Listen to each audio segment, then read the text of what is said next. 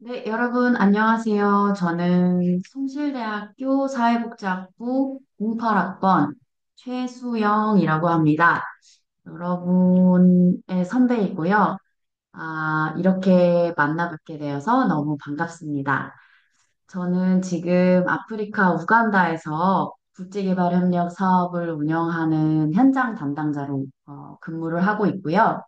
오늘 이렇게 유태균 교수님 수업 시간을 통해서 제 경험을 좀 어, 공유 드릴 수 있게 되어서 너무 영광이라고 생각합니다. 제가 막 포멀하게 본격적으로 준비하고 말씀드리는 건 아니다 보니까 조금은 어색할 수 있지만 재미있게 들어주셨으면 좋겠습니다. 그냥 하는 것보다는 좀 그 자료를 가지고 말씀드리는 게 좋을 것 같아서 간단한 PPT 자료를 만들었습니다.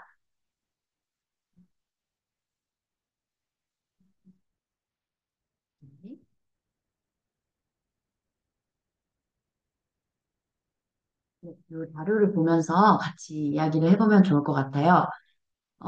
저는 지금 2014년도쯤부터 계속 그 경력 개발을 해왔고, 지금도 계속 경력 개발을 하고 있는 중입니다. 여기 여러 가지 로고를 첫 번째 페이지에 넣어놨는데요. 여기에 있는 이 로고가 있는 기관들이 제가 지금까지 일을 했었던 기관들입니다. 지금은 한국에 있는 버켈라 컨설팅이라는 컨설팅 회사의 소속으로 호이카 사업의 현장 담당자로 일을 하고 있습니다. 정식 명칭은 제 직책은 필드 매니저라고 부르고요. 버켈라라는 회사 내에서는 책임 컨설턴트라는 직급을 가지고 있습니다. 제가 준비한 내용은 어떻게 제가 경력 개발을 했는지 한국국제협력단, 코이카라고 부르겠습니다. 코이카 본부 우간다 사무소 YP부터 프로젝트 코디네이터를 하고 세계은행의 컨설턴트를 하고 UMB 그리고 우간다 사무소의 코디네이션 오피서로 일을 했던 것들, 유엔 개발 계획, UNDP라고 부르죠. 여기서 코디네이터로 일을 했었던 것, 그리고 그 경험을 통한 저의 개인적인 어떤 소감, 지금까지 일하면서 느꼈던 점들을 좀 공유를 드리고 싶고요. 지금 하고 있는 일은 또 뭔지 간단하게 소개를 드리고, 이 동영상은 제가 알기로는 이제 그 혹시나 인터넷 문제가 있을까 봐 먼저 이렇게 레코드를 비디오 기록을 하는 것이고 4월 28일에 직접 실시간 온라인으로 여러분과 소통을 드리면서 질의응답을 받는 것으로 하겠습니다. 먼저 제가 어떤 경력을 가지고 있는지를 한 번에 말씀을 드리면, 저는 ODA 인턴, 코이카에서 운영하고 있는 인턴십 프로그램인데, 예전에는 ODA 뭐 해외 사무소 인턴 이렇게 불렀었는데, 지금은 영 프로페셔널, YP라고 부르는 걸로 알고 있습니다. 저도 같은 프로그램으로 경력을 시작했고요. 저는 10기입니다. 지금은 뭐 20 몇 기 이렇게 넘어가는 것 같은데, 제가 했을 때는 10기였었고, 제가 썼을 때의 프로그램은 4개월은 코이카 본부에서 근무를 하고, 8개월은 지망하는 해외 사무소에서 8개월 근무를 하는 총 1년짜리 프로그램이었었습니다. 이 인턴십을 마치면서 바로 같은 우간다 사무소에서 코디네이터를 모집하는 기회가 있어서 전 바로 이제 해외 사무소 코디네이터 지원을 했고요. 2년 동안 우간다의 동부 지역에 있는 이간과 카물리 지역에서 보건 사업을 운영하는 직무를 맡아서 총 3년 가까이를 우간다에서 근무를 하게 됩니다. 이때 근무를 하면서 저는 원래 이제 처음 그 진로를 설계를 했을 때는 해외 사무소에서 근무를 하고 가산점이 있거든요. 코이카 인턴십을 하면. 그래서 그 가산점을 가지고 공채 시험을 봐서 코이카 정직원이 되면 좋겠다라는 목표를 세우고 인턴십을 왔는데 사무소에서 근무를 하다 보니까 꼭 코이카 정직원이 되는 것만이 국제개발협력의 길은 아니구나라는 걸 알게 됐어요. 이 해외 사무소에서 이제 근무를 하다 보면 손쉽게 다양한 개발 협력계의 플레이어들, 뭐 NGO 근무자들, 대사관은 어떻게 일을 하는지, 그리고 국제기구에서는 어떻게 일을 하는지, 코이카는 그들과 어떻게 근무를 하는지, 같이 협업을 하는지, 민간 기업들이랑은 또 어떻게 일하는지 이런 것들을 아주 단시간에 아주 빠르게 경험을 할 수가 있습니다. 그래서 그걸 경험하면서 저는 국제개발 협력을 한다면 국제기구에 한번 가보면 좋지 않을까라고 생각해서 국제기구를 지원을 하고자 준비를 하게 됩니다. 그래서 첫 번째로 했었던 국제기구 관련 업무는 세계은행에서 단기 컨설턴트를 뽑았었습니다. 이제 한국의 기획재정부에서 펀딩을 해서 운영하는 글로벌 딜리버리 이니셔티브라는 이니셔티브가 있었었고, 직무는 이따가 자세히 소개를 하겠지만 한국 정부가 펀딩한 사업들이 잘 종료가 됐는지, 성과는 좋았는지 이런 사업 평가를 하는 그런 직책이었었습니다. 이건 단기였었고, 이제 컨설턴트는 어, 주어진 시간 내에 어, 수행을 하는 것이었고, 풀타임으로 근무하는 게 아니라 그때그때 자기가 업무 계획을 세워서 근무를 하는 그런 형태였었고요. 요 파트타임이라고 말을 하면 되겠죠. 요 파트타임 세계은행 업무를 하면서 풀타임으로 일을 할 수 있는 그런 기회를 계속 지원을 했었었고, 두 번째로 저한테 찾아온 기회는 UN 마약 범죄 사무소라는 약자로 말하면 UNODC, United Nations Office for Drug and Crime이라고 말을 합니다. 그 기관에 아부다비의 걸프 협력 지역 사무소가 있습니다. 이게 되게 너무 어렵죠. 예, 걸프 협력 기구가 의회가 있는데요. GCC라고 부릅니다. Gulf Cooperative Council이라고 하는데 그 협력체에는 6개의 걸프 아랍 국가들이 속해 있습니다. 바레인, 오만, 쿠웨이트, UAE, 사우디아라비아 그리고 한 군데가 더 있는데 지금 생각이 안 납니다. 이제 요 6개 국가를 전부 6개 국가에서 진행되고 있는 UNODC의 사업을 관리하는 사무소의 Monitoring and Evaluation Associate로 제가 UNB 외교부에서 지원하는 그 UN 자원봉사단이 있는데요. 말이 자원봉사단이지 이제 급여를 받으면서 근무를 하는 그런 직종이 있습니다. 그래서 여기에 이제 선발이 되어서 아부다비, UAE죠. 두바이 옆에 있는 아부다비에 가서 1년 동안 근무를 했었고요. 이후에는 또 계속 지원을 합니다. 국제기구에서 일하면서 제가 알게 된 하나는 정규직은 없다입니다. 뭐 정규직에 준하는 계약 조건이 있기는 한데요. 그 직무들조차도 프로젝트 단위로 계속 계약 갱신을 하면서 계약을 이어나가야 되는 것이고, 실질적으로는, 어, 계속 자기의 이제 자리를 찾아가야 되는 게 UN 직원의 삶이라는 걸 알게 됐습니다. 그래서 UN 마약범죄 사무소에서 하면서 UN 개발 계획이라는 다시 우간다 사무소에 업무 지원을 하게 됐었고요. 그 이후에는 이제 국제기구의 경력은 꽤 있으니 이제 그때의 경험을 바탕으로 진짜 실력을 쌓는 걸 하고 싶다라고 생각을 해서 지금 현재 하고 있는 일을 하게 되었습니다. 좀 전에 말씀드린 것처럼 그 업무와 업무 사이에 기구와 기구를 옮겨 다니는 사이에 한 짧으면 뭐 2, 3개월, 길면 6개월에서 1년 정도의 공백이 생기게 되는데요. 그 업무 공백이 생길 때마다 마냥 손 놓고 지원서만 내면서 있을 수는 없었기에 저는 단기 업무를 계속 지원을 해서 했었고요. 그게 이 마지막에 써 있는 코이카 사업 예비조사, 기획조사, 종료평가 전문가로 활동을 했다는 걸 여기 정리를 해봤습니다. 그 말인즉슨 코이카가 운영하는 사업들을 이제 형성을 하려면 예비조사와 기획조사를 해야 되는데 그 업무를 할 때는 각 분야 전문가들을 단기로 고용을 합니다. 그래서 현장에 파견해서 지금 예를 들면 우간다 혹은 키르기즈스탄, 에티오피아에 보건 사업이 필요하다고 하는데 아니면 농업 사업이 필요하다고 하는데 농업의 어떤 분야의 사업이 지금 당장 그 나라에 필요한지를 조사를 하고 그 분야에서 어떤 아주 세부적인 업무를 하는 게 그 해당 분야가 가지고 있는 그 나라의 문제점을 해결하는데 효과적일지를 조사를 합니다.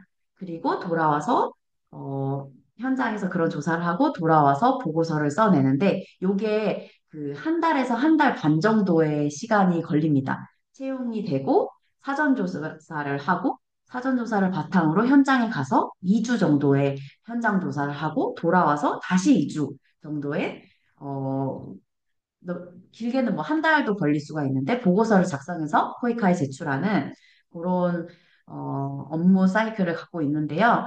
요런 단기 전문가 활동도 꾸준히 하면서 다양한 업계의 전문가분들과 소통을 하기도 하고 네트워크도 만들고 또 감을 잃지 않는 그런 활동을 했었습니다. 전공은 그래서 제 배경이 무엇이냐 설명을 드리면 전공은 아시다시피 사회복지학부 학생이고요. 학부를 할 때 저는 언론홍보학과를 복수 전공을 했습니다.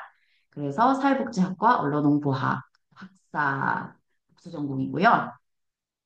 학부를 졸업하면서는 바로 사회복지정책 석사를 숭실대학교에서 바로 했었고요. 저는 학점 관리를 열심히 했었어서 어, 공짜로 장학생으로 석사 과정을 했습니다. 학점 관리를 잘 하시면 동문 대학에 바로 이제 대학원으로 진학을 하시면 그 대학원 등록금이 감면이 됩니다. 그리고 어, 대외 활동을 열심히 했었는데요. 저는 지금 하는 요 대외 활동은 다 대학원을 다니면서 했었던 것 같아요. 제가 거의 졸업할 때쯤, 4학년 1, 2학기 때쯤에 국제개발협력이라는 걸 알게 됐습니다. 그 전에는 뭐 NGO 활동이라든지 NGO가 해외에서 하는 활동 이런 정도로만 알고 있었는데 아예 전문 분야로 ODA라는 게 있고, 어, 국가가 세금을 활용해서 이런 것들을 하는구나라는 걸 알게 되어서 요 분야와 국제개발 협력이라는 걸 알게 됐을 때부터 대외 활동을 하고 자격증을 취득하고 하는 것들을 했었어서 네. 그때에 ODA 전문가 자격증, 그 코이카에서 발급하는 자격증을 땄었고, 또 코이카에서 운영하는 국제개발협력 논문 공모전에 참여를 해서 입상을 했었습니다. 그리고 사회조사 분석사. 여러분 다들 통계 배우시죠? 조사 분석론, 자료조사 분석론. 통계 배우는 걸 조금만 더 노력을 하시면 사회조사 분석사라는 통계청에서 발급하는 통계 자격증을 따실 수 있습니다. 여러분이 공부하는 자료 분석론과 조사 방법론을 잘 조금만 더 좀 성의 있게 하면 이 분석사 자격증을 따는 건 어려운 일이 아니실 거예요. 저는 SPSS를 했었었는데 요즘에는 R이나 뭐 다른 통계 프로그램들을 더 많이 활용하는 걸로 알고 있습니다. 국제기구에서는 뭐 파워 BI나 이런 여러 가지 데이터 소프트웨어들을 많이 활용을 하고 있어서 이런 숫자를 가지고 데이터를 가지고 하는 거에 관심이 있으신 분들은 그쪽 분야를 좀 자기의 특성으로 강점으로 활용해서 어, 경력이나 어떤 그런 역량을 개발을 하시면 개발협력 분야에서 일하실 때 아주 유용하게 활용하실 수 있을 거라고 생각합니다. 그리고 사실 이 프린스2라는 그 프로젝트 운영 자격증이 있습니다. 이 운영 자격증은 지금 하는 일을 하기 전에 제가 한 2년 전에 UNDP에서 일을 할 때까지는 계속 오피서로 일을 했습니다. 실무자로 일을 했었는데 지금은 필드 매니저잖아요. 그래서 현장 관리자로 일을 하고 있고, 그래서 제가 누가 시켜서 하는 주어진 업무만 하는 것이 아니라 제가 관리자로서 현장을 관리하고, 다른 프로젝트 전반의 사이클을 관리하는 사람이 되다 보니까 이런 사업 관리에 대한 전문 지식이 있어야 될 것 같아서 이 자격증을 최근에 취득을 하게 되었습니다. 그리고 어학은 토익은 980에서 그 이상이 보통 나오는 편이고요. 토플은 110점에서 그 이상 정도가 나오고 있습니다. 최근에는 제가 다시 박사 과정을 하고 싶다는 생각이 들어서 IELTS를 봤었는데요. IELTS가 9점 만점이라고 알고 있는데 7.5점 정도가 나왔습니다. 그래서 영어는 거의 2년에 한 번씩은 무조건 공인영어 성적 갱신을 하면서 꾸준히 하려고 하는 어떤 노력 중에 하나입니다. 말씀드렸다시피 계속해서 어, 경력 개발을 해야 되고 또 지원을 해서 다음 자리를 찾아가야 되는 업무 그런 업계의 특성상 그리고 영어로 계속 근무를 해야 되기 때문에 한순간도 놓지 않고 열심히 하게 되는 부분 중에 하나가 뭐 불어도 있고 아랍어도 있고 중국어도 있고 많은 언어가 있지만 기본 중에 기본으로 해야 되는 것이 영어이고 또 영어의 수준도 한국말도 잘하는 사람 한국말 다 우리 할 수 있지만 한국말을 잘하는 사람은 또 다른 이야기지 않습니까? 그것처럼 영어도 영어를 할 수는 있지만 영어를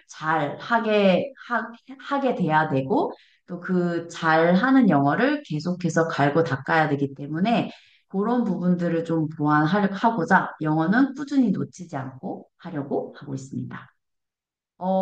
오른쪽 열에 정리해 놓은 것은 제가 대학원을 다니면서 했었고 또 경력 개발이나 어떤 구직을 하는데 직접적으로 도움이 됐었던 활동들을 정리를 했습니다.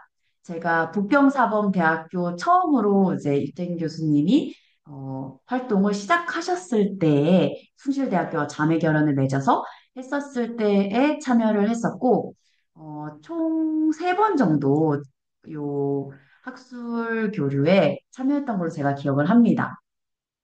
그리고 갈 때마다 학술 논문을 현재 하고 있는 뭐 학술 논문이라든지 어떤 관심 있는 주제들을 정리해서 영어로 발표하고 교류하는 걸 했었었고요.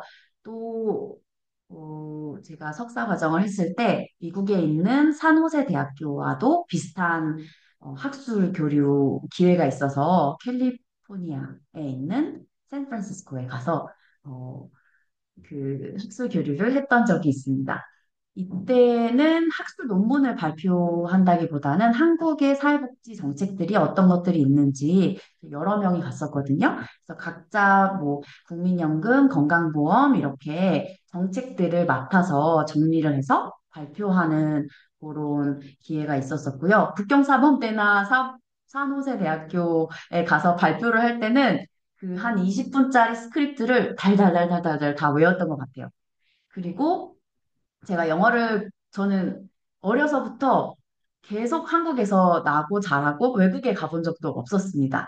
뭐 대학교 들어가서 이제 해외에 저는 항상 관심이 많았어서 해외를 가기 시작을 했지만 토종 한국인이기 때문에 뭐 영어를 잘하거나 이런 게 전혀 아니었었기 때문에 저는 그 스크립트를 달달달달 외우는 걸 했었었고 중간중간에 딱 뭐 좀 추가적으로 저 개인적으로는 전화 영어를 한다든지 영어 스터디를 한다든지 테드 스피치를 보면서 뭐 요약해서 토론을 해본다든지 하는 식으로 영어는 좀 꾸준히 하려고 노력을 했었던 것 같고 그런 노력들이 큰 도움이 됐습니다.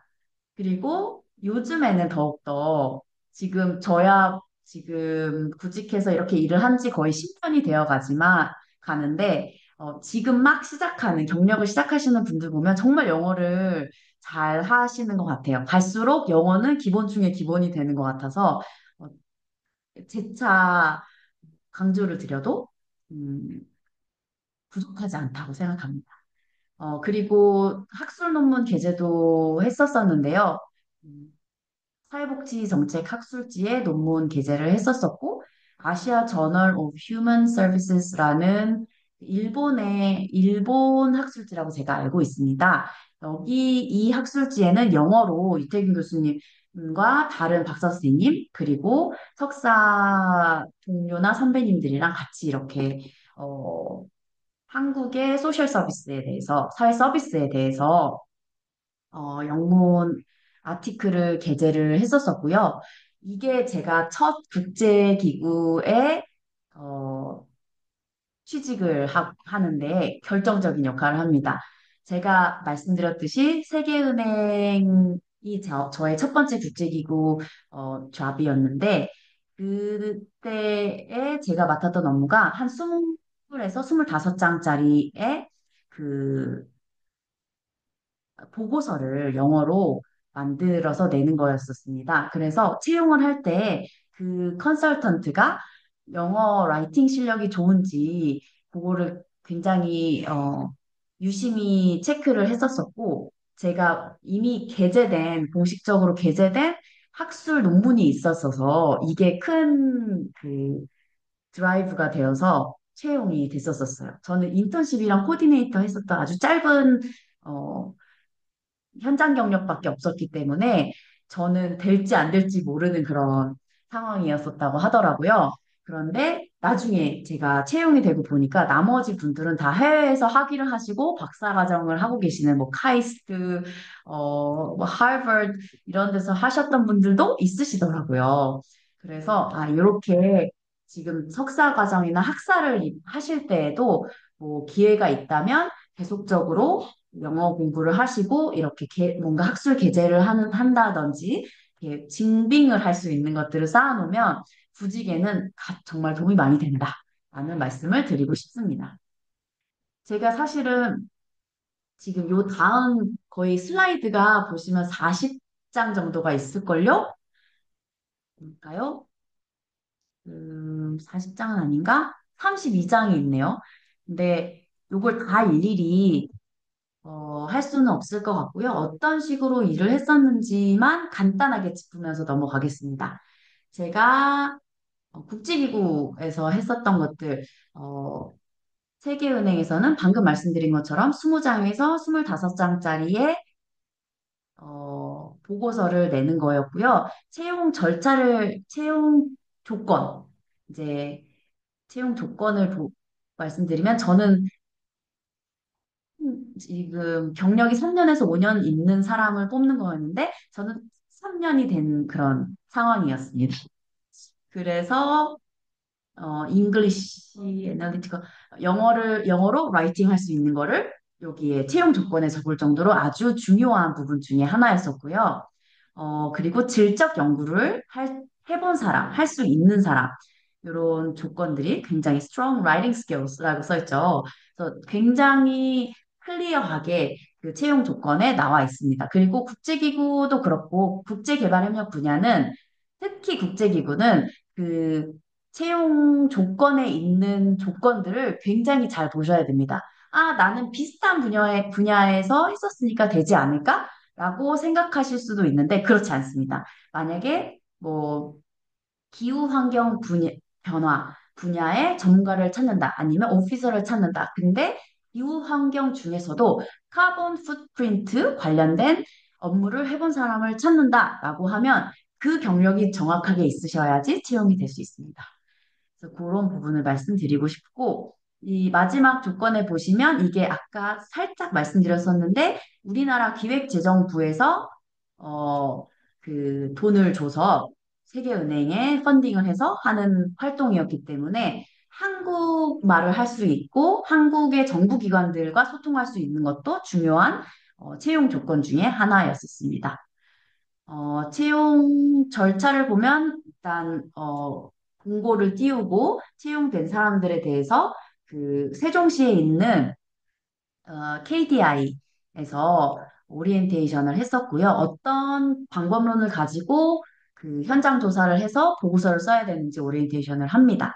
그리고 어, 워싱턴 DC에 있는 거기에 세계은행 본부가 있는데요. 그 본부에서 담당하는 부서 담당자와 함께 떻게 현장 조사를 해서 보고서를 쓸지를 계속 계획을 세우는 작업을 하고 그 계획에 따라서 한국에 있는 그 사업을 담당했던 공공기관에 가서 담당자와 인터뷰해서 정보를 수집하는 거. 그리고 제가 맡았던 사업은 필리핀의 농업용수 댐 건립 사업이었었습니다. 그래서 필리핀에 가서 현장에 조사를 하고 현장에 있는 뭐, 정부 담당자들이라든지 그리고 기구 담당자들, 그 농민분들, 농업용수였으니까요. 농민분들과 직접 현장 인터뷰를 해서 보고서를 쓰는 것까지 이렇게 했었습니다. 이쪽에 보시면은 요게 코이카 담당자 분이었었고요. 이분도 숭실대학교 정치외교학과의 선배이세요. 그러니까 저랑 동기니까 여러분의 선배죠. 사회과학대학 선배입니다. 이분은 코이카 직원이 됐었습니다. 직원이입니다, 지금. 그래서 우연히 제가 갔을 때 그분도 필리핀의 해외 사무소에서 근무를 하고 있었어서 이렇게 같이 현장 조사를 갔었고 이분들은 이제 그 필리핀의 이사벨라 지역이라는 곳의 지역 정부 담당자분들 요 아래 위로 같이 어, 인터뷰를 하는 장면을 사진으로 남겼고요. 이제 농민분들이나 뭐 그때 당시에 행정을 맡아주셨던 분들 다 같이 이렇게 어, 조사를 했었습니다. 보시면 오른쪽에 요 보고서가 제가 쓴 보고서입니다. 여기 보시면은 수영초의 author this delivery note 라고 되어 있죠. 그래서 이게 지금 딜리버리 노트는 짧은 버전이고 풀 버전 케이스 스터디가 또 따로 있는데요. 그게 한 20장 정도 되는 길이의 보고서입니다. 이 다음에 제가 일했던 곳은 UNODC, 아까 말씀드린 대로 UN 마약 범죄 사무소였었고요. 그 본부는 오스트리아 빈에 있는 UN 기구입니다.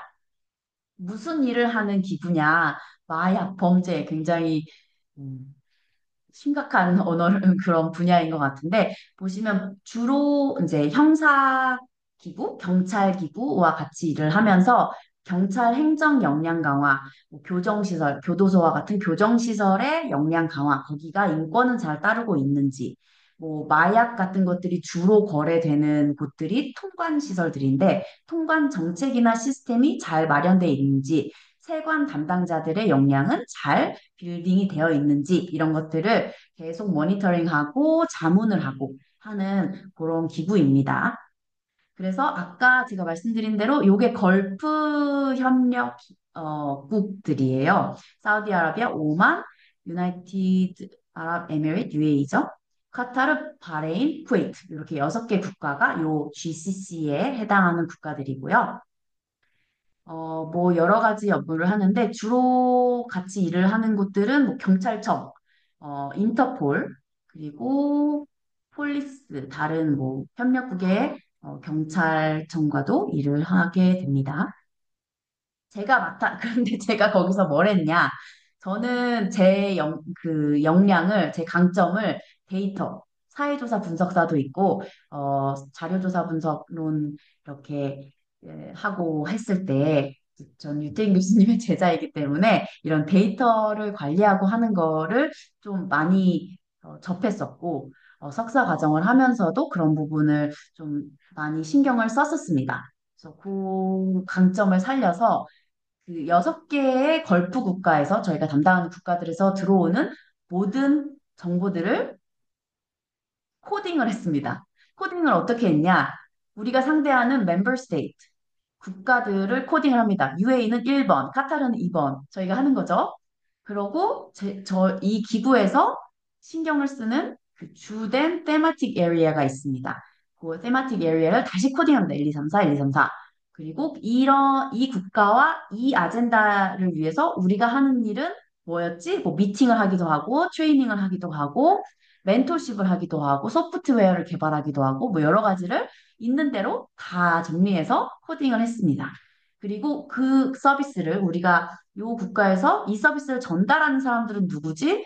뭐 경찰일 수도 있고 세관일 수도 있고 검사일 수도 있고 판사일 수도 있고 요것들을 또 코딩을 합니다. 그래서 요걸 쭉 모아서 우리가 어느 국가에 얼마만큼의 시간과 에너지와 자원을 쓰고 있고 돈을 쓰고 있고 그게 어떤 식으로 성과가 있는지 특히 우리가 알고 있는 지속가능 개발 목표 열 17개죠. 17개 중에 어떤 거에 가장 많이 우리가 어, 쏟고 있는지, 뭐 성과를 내고 있는지 이런 것들을 코딩해서 하는 걸 제가 그 사무실에서 그 사무소가 오픈한 지가 이제 뭐 10년에서 15년 정도 됐는데 처음으로 했습니다.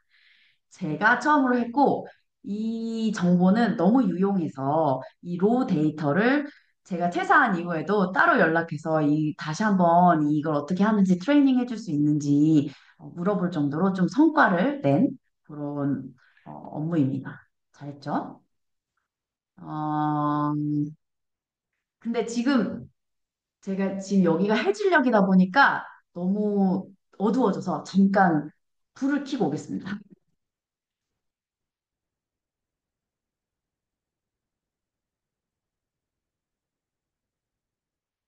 조금 밝아졌나요? 네.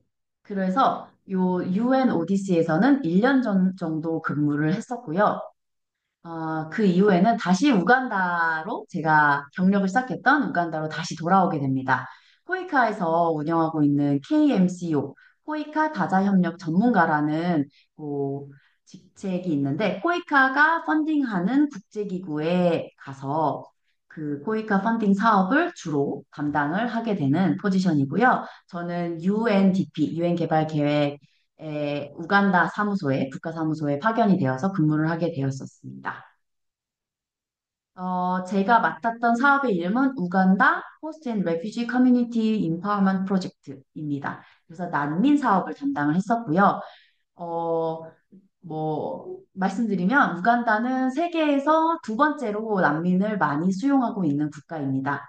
우간다 주변 국가들이 콩고, 남수단, 부룬디, 뭐, 이런 식으로 분쟁 국가들이 많이 있고, 그뿐만 아니라 케냐나 뭐 루안다 이런 곳들은 기후변화로 인해서 그 이주민들이 가뭄이나 홍수 이런 자연재해 때문에 이재민들이 많이 유입이 됩니다. 우간다는 아주 축복받은 나라라서 비도 많이 오고 아주 땅이 비옥하고 또 너무나 오픈 팔러시라고 하죠.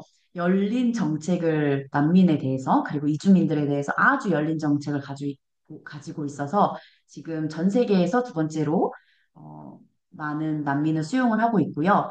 그러다 보니 많은 난민 관련된 일들을 하게 되는데 주로 WFP, 세계식량기구나 난민기구, UNHCR이라고 하죠.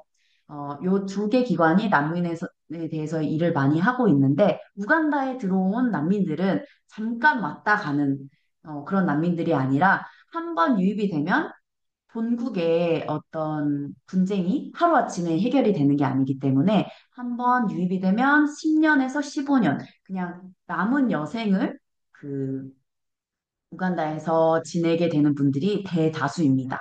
그러다 보니까 이렇게 유엔 난민기구나 세계식량기구처럼 로지스틱 아니면 뭐 단기 난민촌을 형성해주는 그런 서비스만 해서는 이 난민 문제가 해결이 되지 않다 보니까 유엔 개발 계획이라는 UNDP 기구는 중장기 전략을 세워서 어, 들어 이 어떤 문제가 발생해서 유입된 난민들이 자기의 삶을 건강하게 어, 빌드업할 수 있도록 하는 체계를 만드는 그런 일을 하고 있습니다. 여기서 제가 했던 업무는 또다시 데이터 분석을 합니다. 우간다 북부 지역에 있는 난민 데이터들을 쭉 모아서 그, 우리가 당초 세웠던 사업 목표의 성과를 잘 달성하고 있는지를 분석하는 거. 그리고 제가 이렇게 난민촌을 가면 선물을 주실 때가 있어요. 염소를 주실 때도 있고, 닭을 주실 때도 있고, 요 날은 닭을 받은 날입니다. 그래서 현지 파트너들이랑 같이 현장 점검 회의를 하고 어, 어떤 이슈가 있는지 이런 것들을 확인을 하고 또 기관 차원에서 이 다음 모니터링 현장 점검 시즌까지 어떤 것들을 우리가 지원을 해야 현재 진행되고 있는 활동들을 더 잘할 수 있을지 이런 현장 점검을 하고 나면 보고서를 작성합니다. 저희가 주로 제가 있었던 우간다 UNDP 사무소에는 난민 관련된 펀딩이 주로 한국과 일본에서 들어왔었고요. 그래서 관련된 도너들에게 도너라고 부르죠. 이제 그 펀딩하는 기관 정부들의 보고서를 작성하는 역할을 제가 했었습니다. 아, 그리고 사업 홍보 자료도 저희 사업, 제가 맡은 사업에 관련해서는 했었었고, 그래서 이게 홈페이지에 게재가 되기도 했었습니다. 음, 어, 일을 하다 보면 여러 가지 장단점이 있습니다. 뭐 여기 여러 가지를 써놓기는 했는데요. 일단은 우리 한국 너무 편안하고 편리하고 안전하고 좋은데 나는 왜 이렇게 개발도상국에 와서 타국에 와서 이런 일을 하고 싶은가? 그리고 한국에도 여러 가지 사회복지 관련 이슈가 많은데 왜? 왜 해외에 나가서 그런 걸 해야 되는가? 뭐 여러 가지 생각을 많이 하게 되는 것 같아요. 그래서 자기만의 어떤 답을 갖는 것, 혹은 궁극적인 답은 아니더라도 당장 내가 가질 수 있는 답들을 계속해서 찾아가는 게 중요한 것 같습니다. 왜냐하면 여기 적어놓은 대로 날씨랑 생활 환경은 자꾸 바뀌고요. 뭐 중동에도 갔다가 필리핀에도 갔다가 우간다에도 있다가 하다 보면 막 이런저런 게 바뀌고 여가 시간에는 뭘 해야 되는지 한국에는 할 게 너무 많은데 여기는 하나하나 다 찾아야 되고 어, 거리에 나가면 우간다는 아직은 음, 한국에 대해서 그렇게 잘 모르기 때문에 제가 길거리 돌아다니면 니하오, 니하오 이렇게 그리팅을 합니다. 아주 친절하게. 그래서 그런 문화적 차이들. 아, 이걸 내가 이런 취급을 받아가면서 여기 해외에서 내 나라 아닌 곳에서 살아야 하는가 이런 생각을 막 하게 되는데 여기 말씀드린 것, 여기 적어놓은 것처럼 왜 하는가? 그럼에도 불구하고 나는 왜 하는가에 대한 그런 답을 계속해서 지금부터 고민하시면 좋을 것 같아요. 지금 저 예전에도 고민했었고 고민해왔고 지금도 고민하고 있고 아무도 앞으로도 고민을 할 것 같은데요. 그런 것들을 좀 계속해서 생각을 해나가야 된다는 점. 요건 좀 무관한 것 같아서 넘기겠습니다.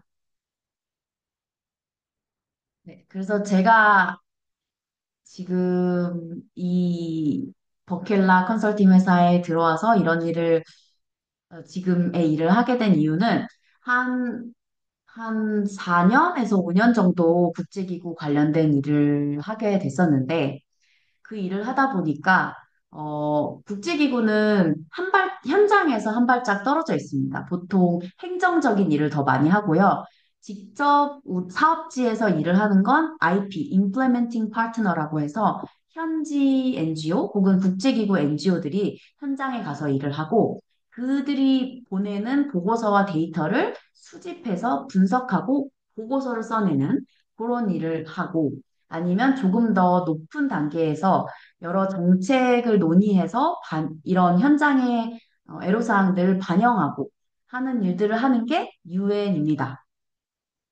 그래서 유엔이 이렇게 일을 하는구나, 어떤 아젠다를 가지고 어떤 체계를 가지고 일을 하는구나라는 건 4, 5년의 어떤 업무를 하면서 잘 알게 되었는데, 어, 이렇게 계속 일을 하다가는 연차는 쌓이고 실력은 안 쌓이지 않을까라는 위기감을 제가 좀 갖게 됩니다. 왜냐면, 제가 유엔에서 일을 한 건 모두 다 오피서, 그러니까 실무자로서 일을 했었는데, 실무자가 하는 일은 뭐 행사가 있으면 행사 준비하고, 보고서 쓰고, 미니트, 뭐죠? 회의록 같은 거 적고, 이런 일을 주로 하거든요. 그래서 그런 일을 어떻게 하면 되는지, 어디서 어떻게 자료를 수집하면 되는지는 충분히, 그리고 어떤 식으로 보고서를 써야 효과적인지 이런 것들은 그 스킬들은 많이 배웠는데 전문적인 어떤 현장의 아젠다를 가지고 전문적인 의견을 준다거나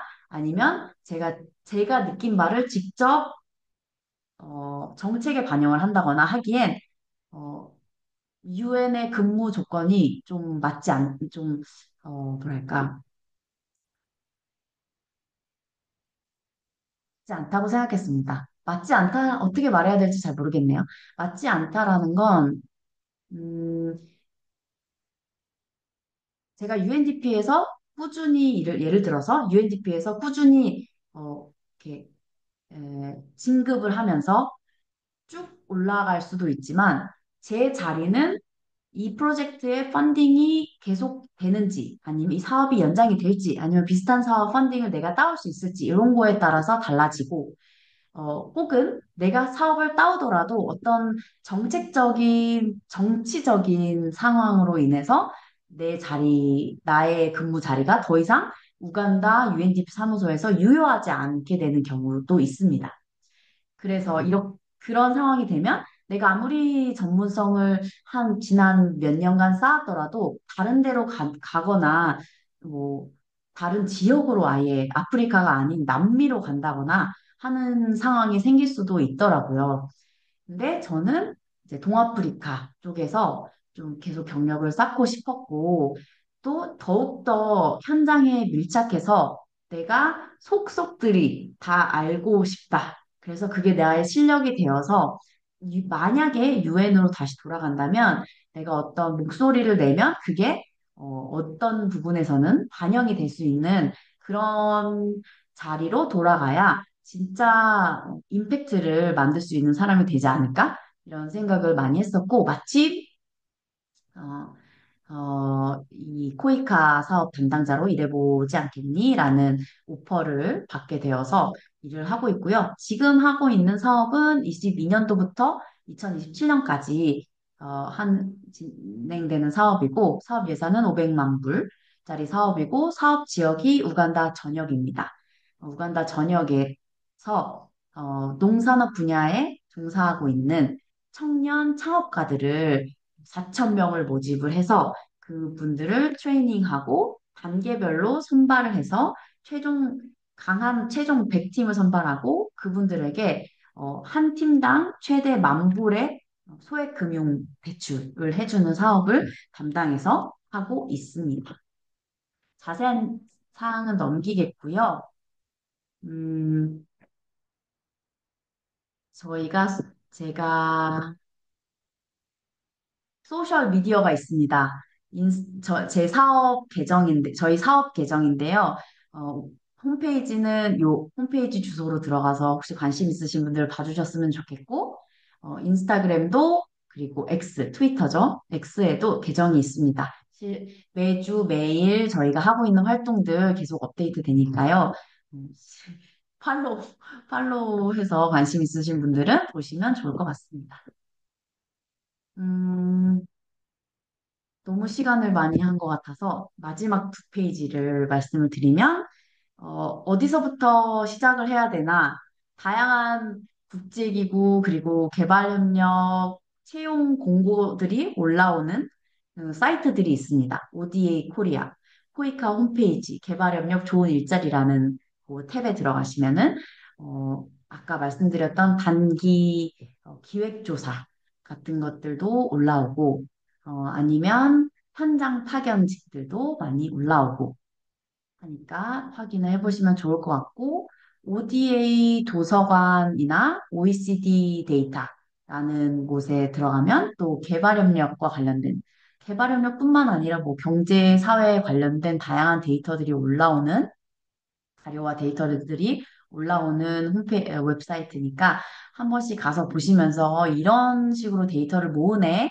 이렇게 분석을 하네, 데이터셋이 이렇게 구성이 되어 있네, 아니면 지금 한국 ODA에는 이러이런 것들이 키워드인 것 같네 라는 것들을 보시려면 ODA 도서관, OECD 데이터 이런 웹사이트를 좀 보시면 좋을 것 같고, 또 외교부 국제기구 인사센터, 국제금융기구 정보시스템, UNV, UNJobs 여기 들어가시면 다양한 채용 공고들을 보실 수 있습니다. 지금 당장 내가 구직을 하는 게 아니더라도 이 분야에 관심 있는 분들은 요런 채용 공고 사이트에 들어가서 아, 이러이런 조건인 사람을 주로 뽑는구나 라는 걸 미리 알고 계시면 그 경력 개발을 준비하시기가 좋을 것 같습니다. 개발 협력을 하고 싶은 분이라면 이거 제가 정리한 겁니다. 예전에 정리해 놓은 건데, 공통 자격 조건이 있습니다. 바로 공인 영어 성적은 항상 가지고 있어야 한다. 막 지원하려고 했는데, 아, 공인 영어 성적이 없어서 지원을 못하는 경우가 있어서는 안 됩니다. 그렇기 때문에 2년마다 한 번씩 토익이든 토플이든 IELTS든 꼭 항상 공인 영어 성적을 갖춰 놓으시기를 바라고요. 관련 경력들. 지금 뭐, 이제 경력 시작하시는 분들 보면, 뭐, 서포터즈부터 시작해서 인턴십, 대외 활동 정말 많이 하시더라고요. 그래서, 이게 다양한 경험을 하실수록 더 많은 네트워크를 쌓으실 수가 있고, 또 정보도 많이 받으실 수가 있기 때문에 좀 적극적으로 뭐 사회적 기업부터 시작해서 국제기구, NGO, 코이카 서포터즈도 많이들 하시는 것 같은데 관련된 다양한 플레이어들이 하고 있는 다양한 활동들에 자꾸 참여해 보시고 내가 꼭 서포터즈까지 아니더라도 혹은 인턴십이 아니더라도 거기 그 기관에서 하는 행사에 참여해 보시면 기관 분위기라든지 뭐 사람들이 어떻게 얘기를 하는지 어떤 토픽을 가지고 그들이 얘기를 하는지 등을 계속 이렇게 팔로우업을 하시다 보면은 좀 도움이 많이 되는 것 같습니다. 제2외국어 성격이 아니라 성적입니다. 불어나 스페인어, 아랍어, 중국어. 요 제2외국어들은 모두 다 UN 공식 언어입니다. 그래서 제2외국어 성적이 있거나 아니면 유창하게 이런 언어를 제2외국어를 하실 수 있으시면 개발협력에서 어, 일하시거나 할 때 큰 어드밴티지가 될 것 같습니다. 코이카나 뭐 코피아, 코피, 이 보건복지 산하 기관 중에 코피라는 곳이 있는데, 그, 그런 공공기관, 정부 부처에서, 정부 부처에서 경력을 쌓고 싶으신 분들은, 마찬가지로 관련 경험들이 중요하고, 정부에서 발급하는 다양한 자격증들을 가지고 계시면 보통 가산점이 되더라고요. 그래서 그런 자격증이나 가산점이 되는 항목들을 확인을 해보시고 지원을 하면 도움이 될 것 같고 NCS 같은 것들도 꾸준히 하시면은 꼭 이 국제개발협력 쪽이 아니더라도 취직하시는데 도움이 되는 것 같습니다. 국제기구를 오고 싶으신 분들은 무조건 석사학위가 있으셔야 됩니다. 사실 국제개발협력 분야 자체가 좀 학력 인플레이션이 심하다고 하죠. 기본이 석사입니다. 그래서 석사는 이런 질문을 많이 하시더라고요. 학부 졸업하자마자 바로 석사를 해야 되나요? 아니면은 경력이 좀 있고 나서 해야 되나요? 사실 상관없는 것 같습니다. 근데 어차피 필요하다면 그리고 어차피 해야 되는 거라면 할 수 있을 때 빨리 해치우면 좋겠죠? 개인적으로는 저는 학부 끝나자마자 석사를 했었어서 지금 시점에서 뭐 경력이 5년, 6년, 7년, 10년이 되었는데 지금 이제 매니저, 관리자급을 하려면 석사는 있어야겠네? 석사를 지금 가야 되나? 라는 고민을 하지 않아도 된다는 건 큰 장점인 것 같습니다. 마찬가지로 분야 관련 경력이 국제기구 할 때는 굉장히 중요합니다. 아까 말씀드렸던 것처럼 채용 조건에 있는 그 항목들을 굉장히 스트릭트하게 체크하기 때문에 분야 관련 경력들을 꾸준히 쌓는 게 뭐 기후 환경 변화면 기후 환경 변화, 성과 관리면 성과 관리, 지역 사회 개발이면 지역 사회 개발, 젠더면 젠더 이렇게 꾸준히 자기가 관심 있는 분야의 경력을 쌓아가시는 게 이 국제기구 쪽에서는 큰 메리트가 될 것 같고요. 뭐 인턴십, UNB, 다양한 현장 경력, 다문화 경험 이런 것들이 굉장히 중요한 조건 중에 하나가 될 것 같습니다. 기구에서 일을 하시면 정말 다양한 국적들과 함께 일을 하게 되는데요. 그러다 보면, 어, 좀 내가 생각한 상식이 그 사람의 상식이 아닌 경우가 많습니다. 그래서 정말 오픈 마인드로 뭐 리질리언스라고 하죠. 회복 탄력성이 강하신 분들이 국제개발 분야나 국제기구에서 근무하시기가 좋을 것 같습니다. 이게 생각보다 큰 장애물 중에 하나인 것 같아요. 그래서 이 부분을 유념해 주셨으면 좋겠고, 뭐 NGO나 컨설팅, 저는 지금 컨설팅 펌에서 일을 하고 있는데, 이런 민간 기관들은 업계 관련 경력을 다양하게 가지고 있으신 분들 굉장히 선호하고요. 그리고 컨설팅 회사는 특히 실력이 있는 게 중요합니다. 업무 강도도 세고 무조건 맡은 사업을 딜리버리 해야 되는, 무조건 해내야 되는 그런 상황들이 많기 때문에 NGO든 컨설팅 회사든 진짜 실력 있는 분들이 많은 것 같고요. 특히나 현장에서의 경험이 아주 귀하게 여겨지는 그런 기구들이 있는 것 같습니다. 네, 제가 준비한 내용은 여기까지고요. 4월 28일 또 온라인으로 뵙고 다시 인사를 드리겠습니다. 질문이 있으시면 미리 말씀을 해주셔도 좋고요. 당일에 직접 이야기 나누면서 말씀해 주셔도 좋을 것 같습니다. 장시간 들어주셔서 감사합니다. 곧 뵙겠습니다.